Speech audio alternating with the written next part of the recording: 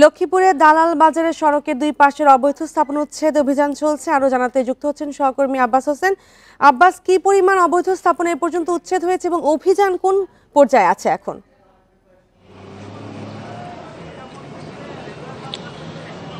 আসলে দীর্ঘদিন ধরে মানুষের যে দাবি ছিল যে লক্ষ্মীপুর ঢাকা মহাসড়কের দুইটি পাশে বহুতল ভবন থেকে শুরু করে বিভিন্ন স্থাপনা গড়ে তোলা হয়েছে এক ধরনের যে অবৈধ দখলদার যারা রয়েছেন তারা।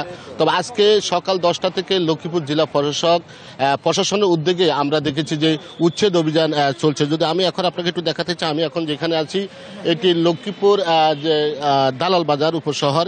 এই দালাল বাজার শহরে কিন্তু সকাল 10টায় কিন্তু মূলত জেলা প্রশাসক রাজীব কুমার সরকারের নেতৃত্বে এই অভিযান পরিচালনা করা হয়। এই অভিযানে কিন্তু সড়ক যে বিভাগের কর্মকর্তারা রয়েছে, জেলা প্রশাসনের কর্মকর্তারা রয়েছে, স্থানীয় লোকজন রয়েছে। তো আমরা এই বিষয়ে এখানে জেলা প্রশাসক যিনি রাজীব কুমার সরকার, তার সাথে কথা হয়েছে। তিনি যেটি জানিয়েছেন যে দালাল বাজার থেকে জুমুর পর্যন্ত 6 কিলোমিটার এলাকার যে দুই পাশে যে অবৈধ স্থাপনা রয়েছে, অর্থাৎ এই অবৈধ স্থাপনা তারা উচ্ছেদের যে কার্যক্রম সেটি তারা শুরু করেছেন। এটি সপ্তাহব্যাপী চলবে।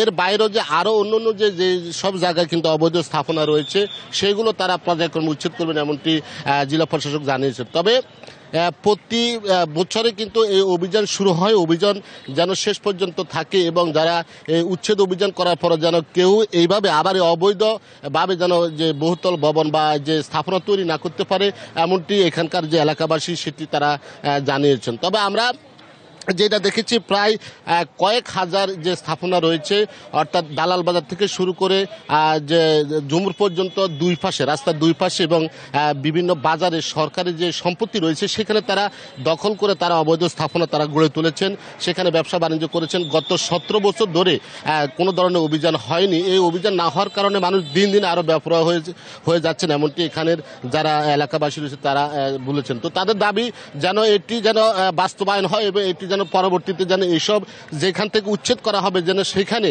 আর কোনো ধরনের যে স্থাপনা তৈরি না করতে পারে, এমনটি তারা দাবি জানিয়েছেন জেলা প্রশাসনের কাছে। তবে আমরা সকাল থেকে আমরা এখন পর্যন্ত এখানে আছি এবং এটি সপ্তাহব্যাপী চলবে এবং যে আজকে শুরু হয়েছে এবং এটি সপ্তাহব্যাপী। লক্ষ্মীপুরের দালাল বাজারের অবৈধ উচ্ছেদ অভিযান চলছে এবং সে ব্যাপারে জানাচ্ছিলেন সহকর্মী আব্বাস হোসেন।